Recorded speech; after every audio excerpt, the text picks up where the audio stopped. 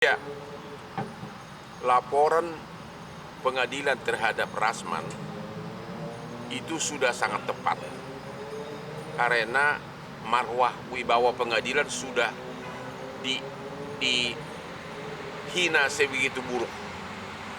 Itulah salah satu kelemahan di Indonesia karena kita belum punya undang-undang contempt of court.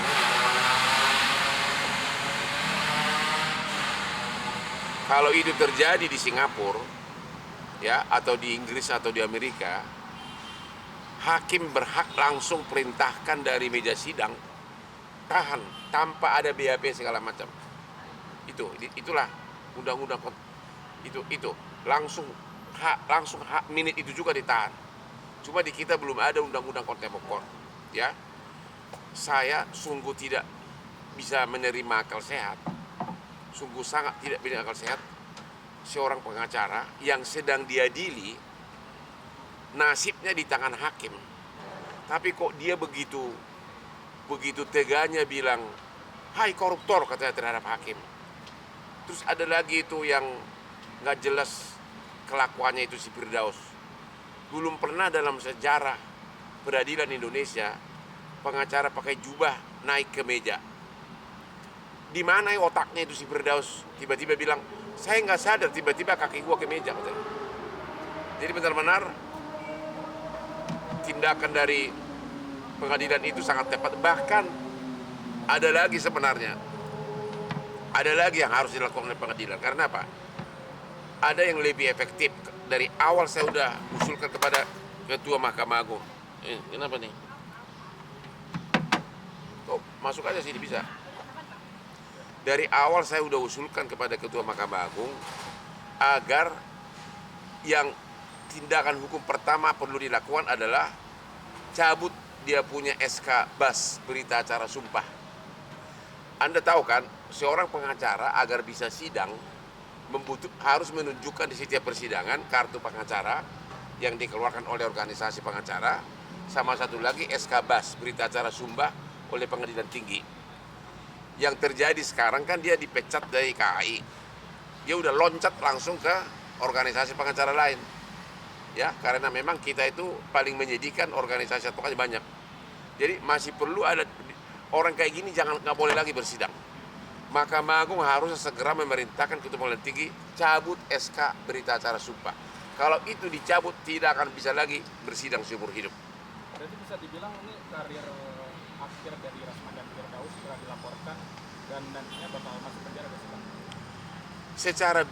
Secara bisnis karir dia sudah hancur. Karena klien mana yang mau pakai pengacara seperti itu?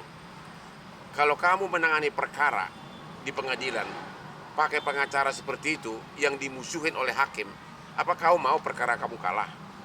Dari segi de facto bisnis, saya yakin klien dia akan kabur semuanya, ya. Tapi dari abang sendiri, dari langkah PM Jakpro dulu kan nantinya gimana sih Bang kalau proses sidang nantinya tanggal 20 kan, sedangkan Rasman sudah dilaporkan? Ya tetap persidangan jalan, ya, karena SK BAS-nya si Firdaus kan belum dibatalkan oleh Mahkamah Agung, dia sudah loncat ke organisasi pengacara lain, sangat menyedihkan, ya. Tapi nanti tanggal 20 kita lihat apakah dia masih ngotot untuk sidang terbuka, apakah dia akan marah-marah lagi. Kalau marah-marah lagi harusnya polisi bisa langsung menahan karena itu sudah ibarat OTT itu loh, ya. Yang saya tidak bisa mengerti, masa hanya gara-gara sidang tertutup dia marah-marah? Karena dia tahu melawan Hotman Paris itu berat, super berat. Karena apa? Tidak mungkin saya membuat laporan polisi kalau buktinya tidak ada. Dia menuduh saya sampai 11 kali postingan di Instagram dia disebutkan saya penjahat seks. Oh, gue dipidana aja, dia aja nggak pernah. Kemudian kelainan seks, siapa bilang gue kelainan seks? Orang semua cewek cantik bilang gue super normal, ya. Itu nggak ada kaitannya dengan masalah yang saya dapat dengan mantan Aspri. Dia mau sidang terbuka, sudah panggil semua infotainment dan TikTok, dia katanya mau buka. Saya hanya satu kalimat mematahkan dia. Apapun chattingan saya dengan Aspri tersebut, kalau suka sama suka, itu bukan pelecehan. Apalagi di BAP, mantan Aspri itu sudah mengatakan saya tidak merasa dilecehkan oleh Hotman. Itu sudah di BAP begitu. Jadi dia tahu itu, makanya dia sudah susah berkelit dari dakwaan. Makanya dia mau mencari kelemahan saya yang lain, tapi kan nggak ada kaitan. Ya, nggak ada kaitan, mau saya ngapain sama ceweknya pun, kalau memang ceweknya tidak merasa dilecehkan, ya strategi dia salah total. Berarti ini bisa dibilang adalah langkah tegas dari PN Jakut yang mengikuti arahan langsung dari Mahkamah Agung. Oh, itu menggambarkan tindakan pengadilan yang pertama kali dalam sejarah peradilan Indonesia, hanya dalam tempo 2 hari langsung dilaporkan polisi. Berarti semua hakim pun, bahkan pimpinan Mahkamah Agung merasa sadar bahwa merasa tersakiti, marwah pengadilan sudah diinjak-injak. Sudah benar-benar dia gayanya si Firdaus itu.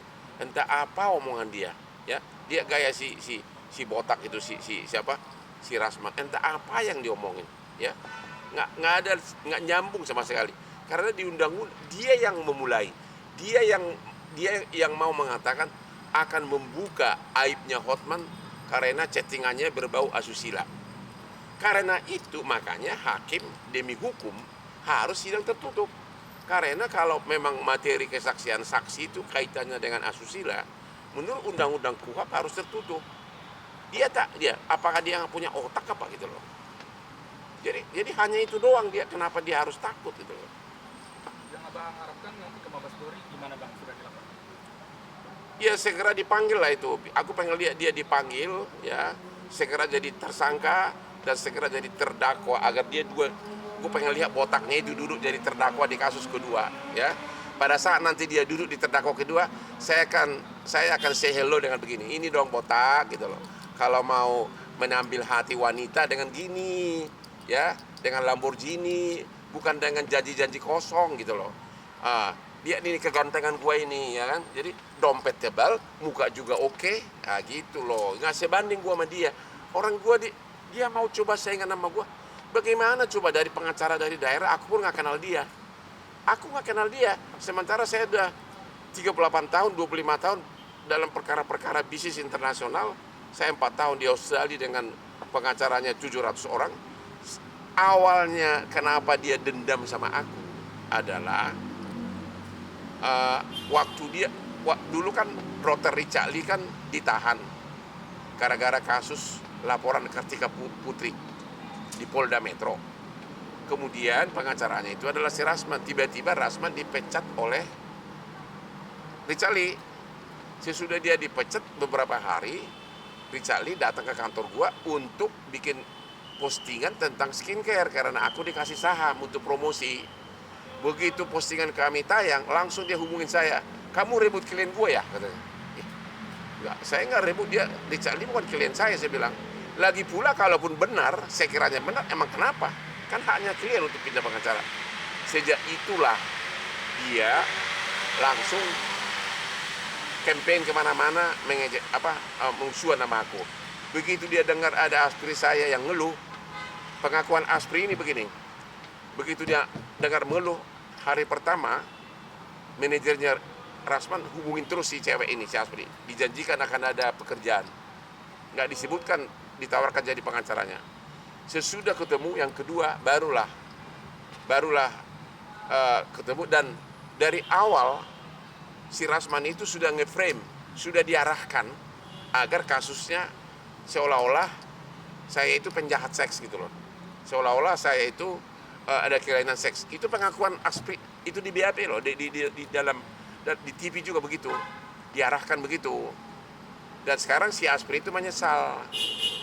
Jadi dia tahu itu saya udah ada bukti semuanya, makanya dia cari kelemahan gue yang lain, ya.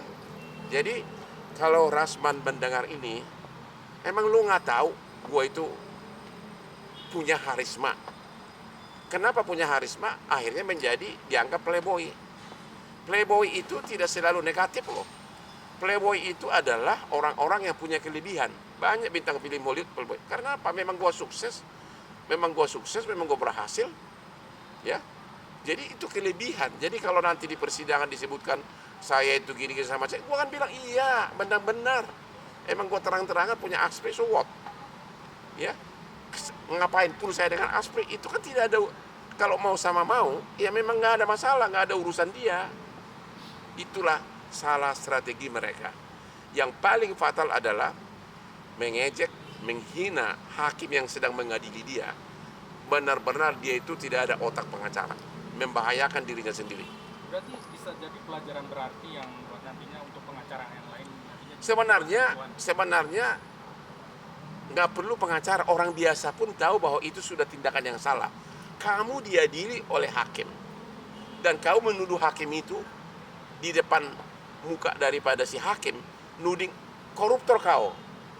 Itu mah perlu dicek itu otaknya isinya apa gitu loh. Apa waktu kecil dia dikasih nggak ASI sama ibunya? Ada apa gitu loh. Nggak usah pelajari bagi pengacara. Orang biasa pun tahu itu udah salah total. Ya, belum lagi gayanya yang ceneneh itu si Firdaus itu. Entah pengacara dari mana itu, gua nggak pernah